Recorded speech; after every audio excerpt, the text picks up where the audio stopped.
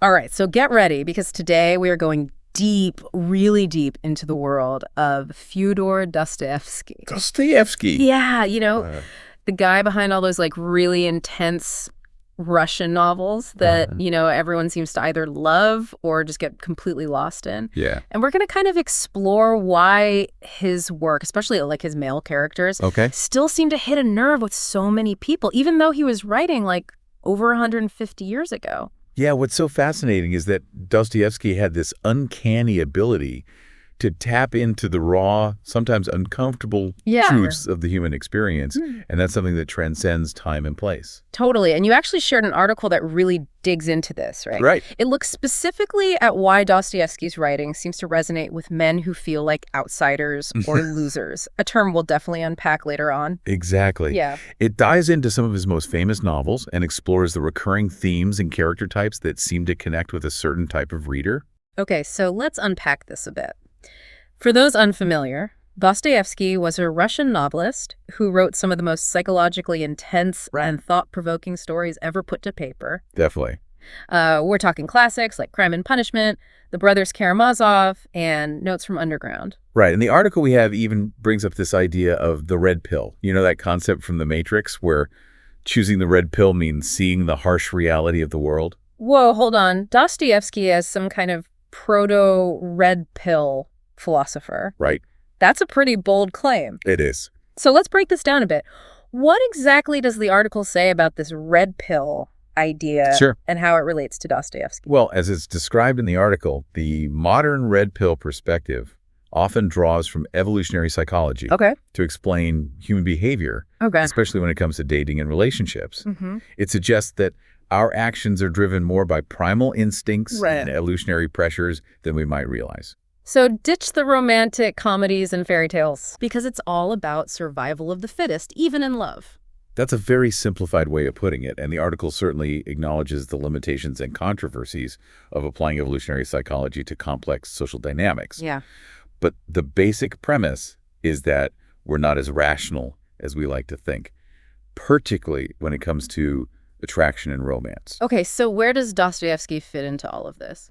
Well, the article argues that Dostoevsky's work, even though it was written long before the term red pill ever existed, seems to explore some of these same raw, often uncomfortable truths about human nature, particularly male nature. And we see this playing out in his novels through the types of male characters he creates. Exactly. He has this whole gallery of lonely, struggling men who seem to embody these red pill ideas in different ways. Okay.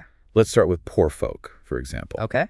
The male protagonist in that story loses the woman he loves to a wealthier rival. Ouch. It's a classic tale of romantic defeat where material resources seem to trump genuine affection. Talk about adding insult to injury. Right. Not only do you lose the girl, but she ends up with a life of luxury while you're stuck, struggling. And that theme of economic disparity impacting romantic relationships is something that Dostoevsky explores in other novels as well. Totally.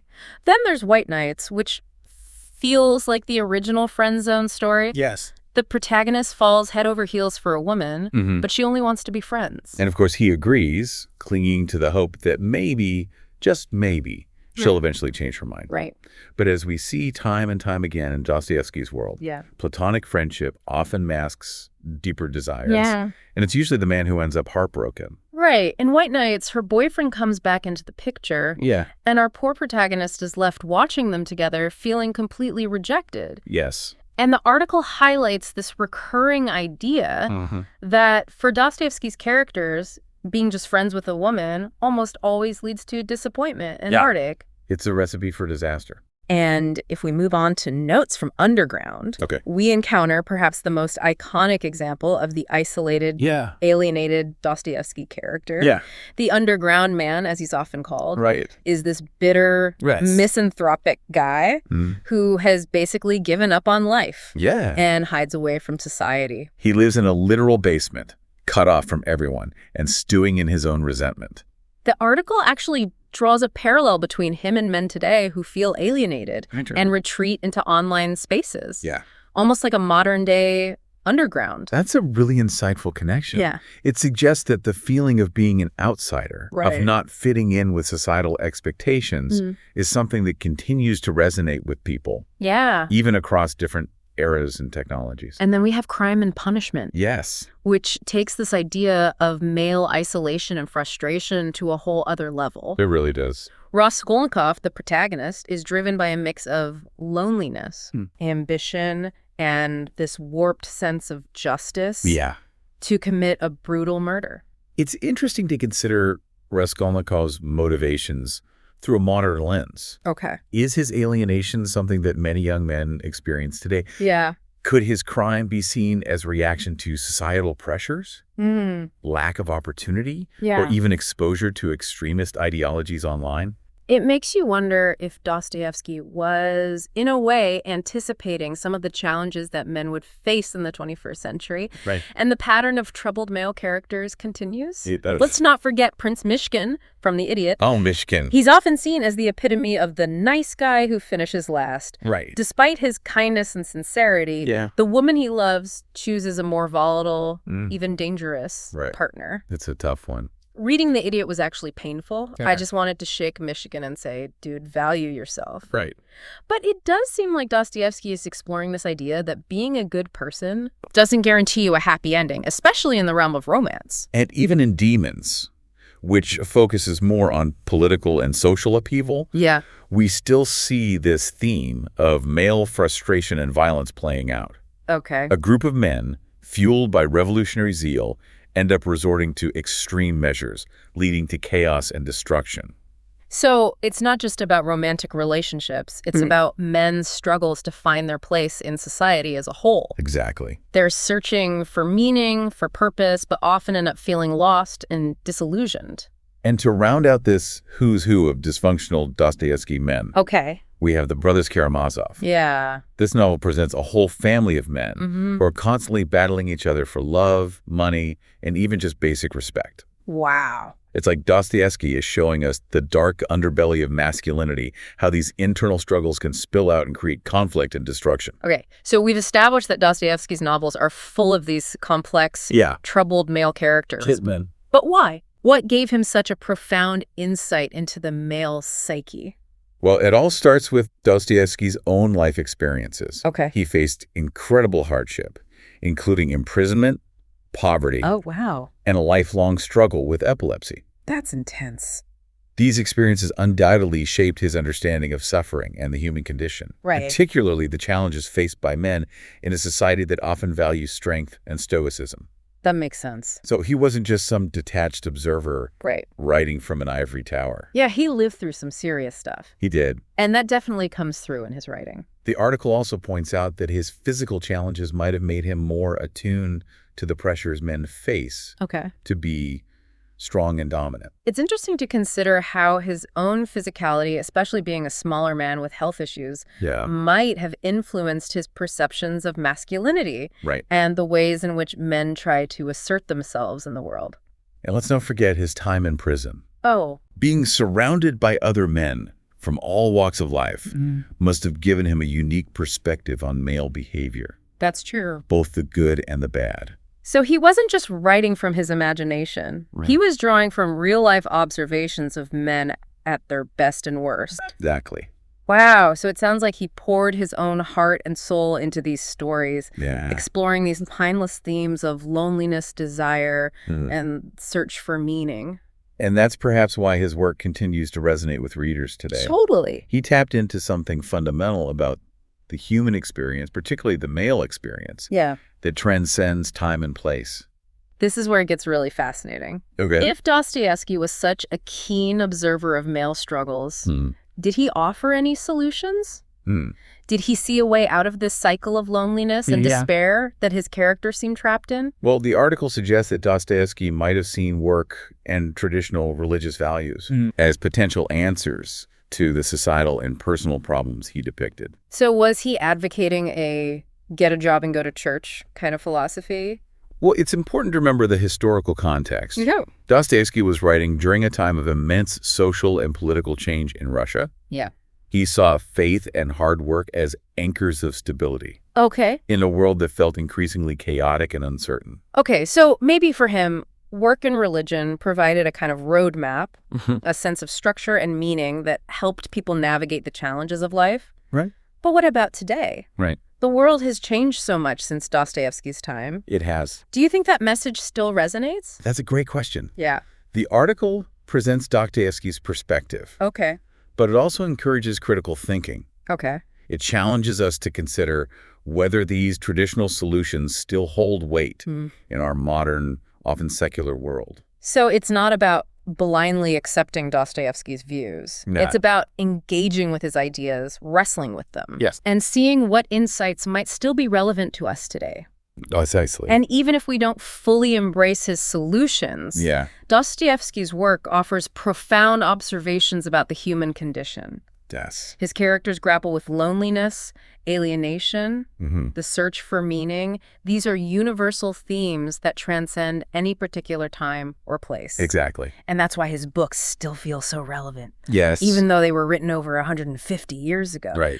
It's like he's tapped into something fundamental about the male experience, about the challenges of finding your place in the world, navigating relationships, and wrestling with your own inner demons, so to speak. Exactly. And what's remarkable is that Dostoevsky doesn't offer simple solutions or try to sugarcoat the realities of life. Right. His characters make terrible choices, they suffer, they fail. Yeah. But in their struggles, we see glimpses of hope, of redemption, of the enduring power of the human spirit. And that's what makes his work so compelling. Yes. So thought-provoking. It's not always a comfortable read. No. But it's deeply rewarding. It forces us to confront the darker aspects of human nature. Right. But it also reminds us of our capacity for compassion, for growth, and for finding meaning, even in the midst of suffering.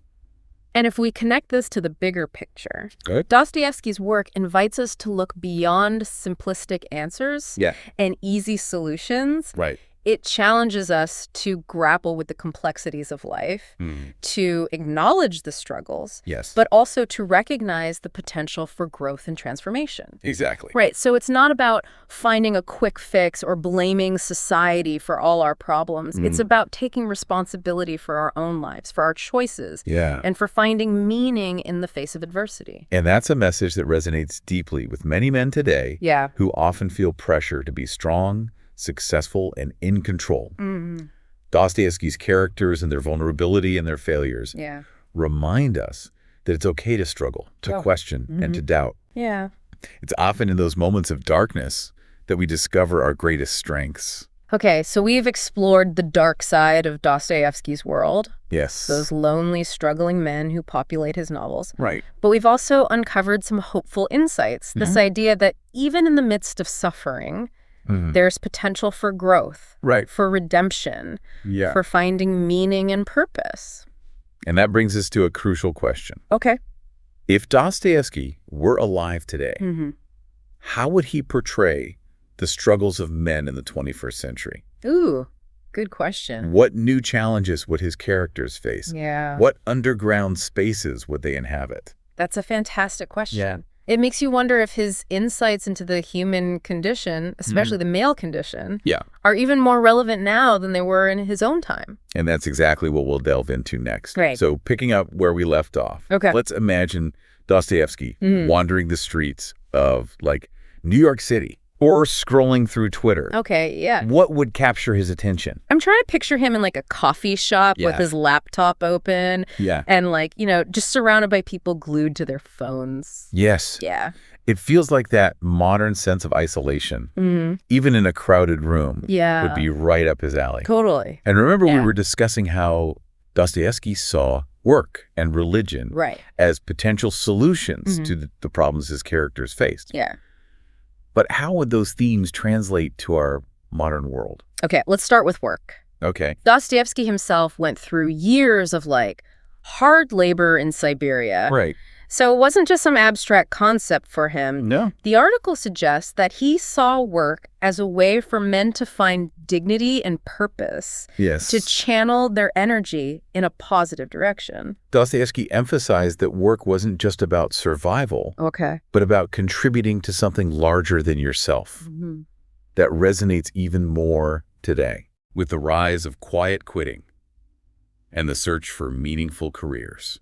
It's like instead of Raskolnikov resorting to crime or the underground man withdrawing from society, Dostoevsky believed that meaningful work could provide a sense of accomplishment, a way to connect with the world in a positive way. Precisely. And this idea of finding meaning through work brings us to the other solution Dostoevsky proposed, religion. Religion, yes. He was a devout Orthodox Christian. He was. And his faith deeply informed his worldview. So for him, religion wasn't just about rituals or dogma. Right. It was about finding a deeper connection to something bigger than yourself. Exactly. Remember Dostoevsky was writing during a time of upheaval in Russia? Yeah.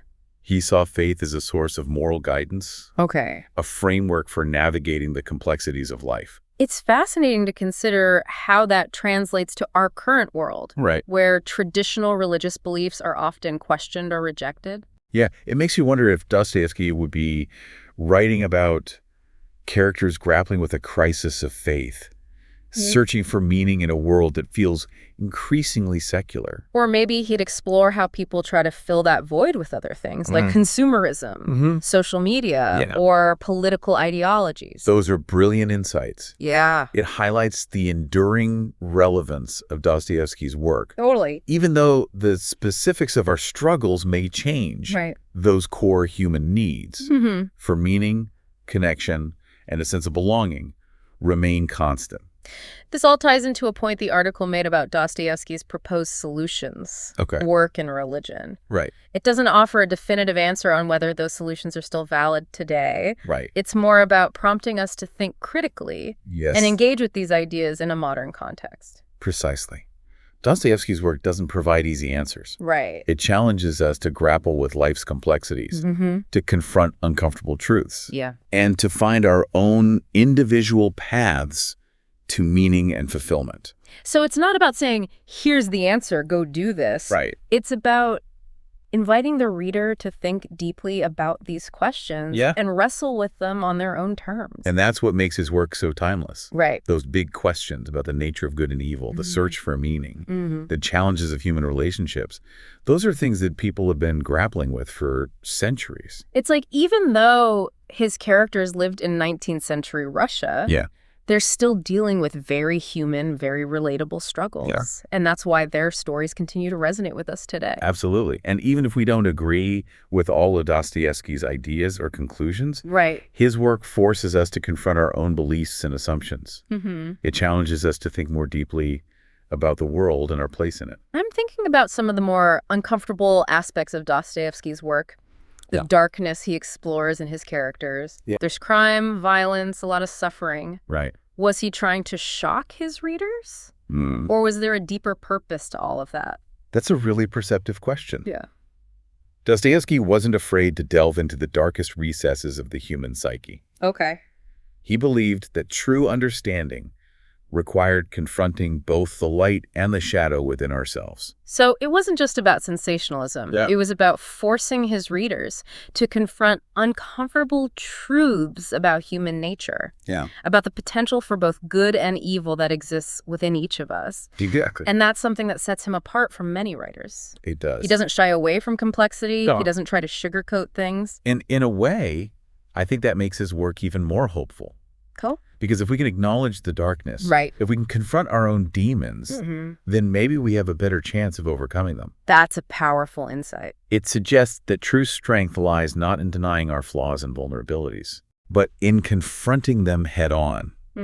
And I think that's a message that resonates deeply with a lot of people, especially men, who are often taught to suppress their emotions and project an image of strength and invulnerability. It makes you think about all the ways we try to mask our insecurities to pretend we have it all together. Maybe Dostoevsky is saying it's okay to not be okay, to acknowledge our struggles and seek help when we need it. Perhaps that vulnerability, that willingness to grapple with our imperfections is actually the key to growth and transformation. Okay, so we've talked about how Dostoevsky's work explores these timeless human struggles. Yes. But we've also touched on the fact that he was writing in a very specific historical and cultural context. Right. How do we reconcile those two things? How do we make sense of his work in a world that's so different from his own? That's a great question. Yeah. And it goes back to the idea that even though the specifics of our challenges may change, those core human needs and desires remain constant. We all long for connection, for meaning, for a sense of purpose. Totally. We all struggle with doubt, with fear, with the temptation to make choices that lead us away from our values.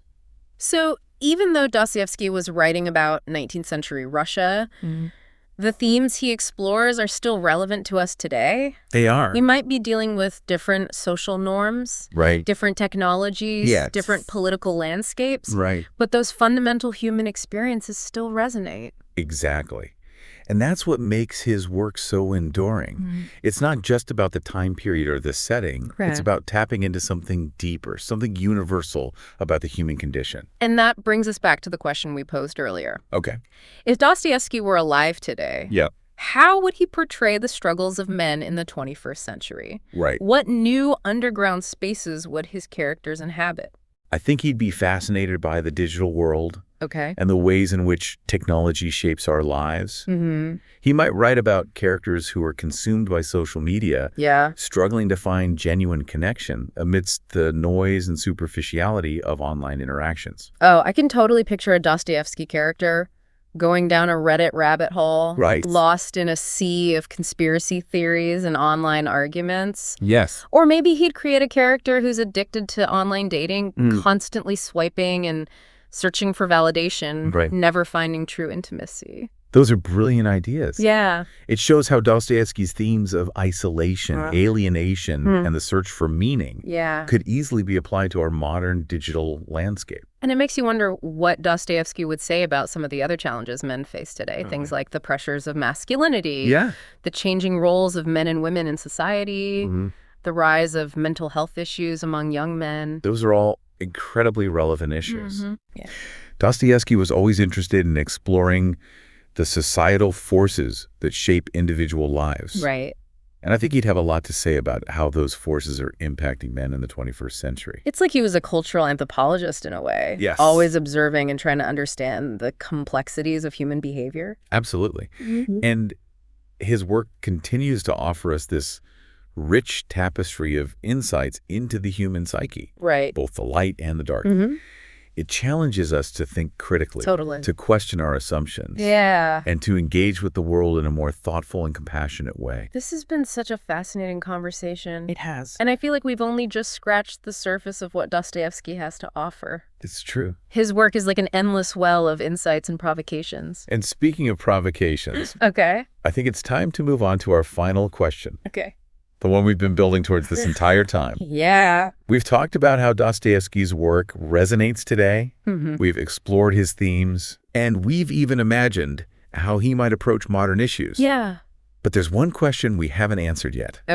What message, what challenge, what provocation would Dostoevsky leave us with if he were speaking directly to us today? Let's explore that in our final segment. We've been on quite a journey with Dostoevsky today, haven't we?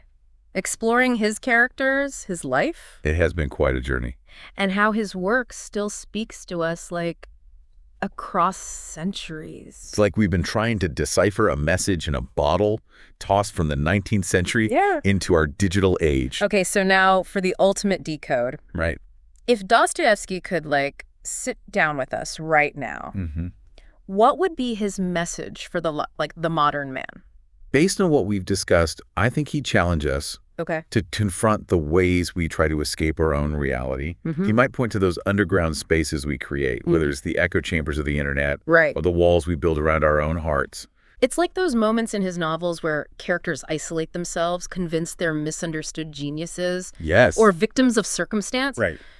Dostoevsky wouldn't let us off that easy, would he? He'd push us to ask, are we truly taking responsibility for our lives, or are we hiding behind narratives that keep us stuck? Right. He was a master at exposing self-deception. Yeah. The stories we tell ourselves. Okay. To avoid facing uncomfortable truths. This reminds me of Notes from Underground. Okay. The narrator is brilliant at rationalizing his own misery, blaming everyone but himself. Yes. But Dostoevsky doesn't let him get away with it. Right. He forces him to confront his own contradictions. And I think that's the challenge Dostoevsky would pose to us today. Okay, what's that? To be brutally honest with ourselves. Mm-hmm. To ask, are we contributing to our own suffering? Okay. Are we using technology, ideology, or even our own cleverness to avoid genuine connection and growth? That's a tough question. It's much easier to point fingers or retreat into our own little worlds. It is easier, but I don't think Dostoevsky would deny the challenges of the modern world. Mm-hmm. But I think he'd urge us to find meaning, not through escape, but through engagement, through facing our own darkness, wrestling with our doubts, and choosing to connect with others in spite of our imperfections. It's like he's saying, the real struggle isn't against society, technology, or even fate. Right. It's within ourselves. And perhaps that's the most profound message Dostoevsky offers. Okay. That even in the depths of despair, even in the face of our own flaws, there's always a choice to be made. Okay. A choice to embrace authenticity, to strive for growth, and to find meaning in the midst of suffering. So, dear listener, that's our deep dive into the enduring relevance of Dostoevsky. We've explored his characters, his life, and the timeless questions he raises. Yes, we have. But the real journey begins now. It does. What resonated with you most from Dostoevsky's world? Right? What underground spaces do you recognize in your own life? That's a good question. And most importantly, what choices will you make to confront your own reality and create a more meaningful existence? I like that. Thank you for joining us on this intellectual adventure. Yes, thank you. Until next time, keep exploring, keep questioning, and keep those conversations going.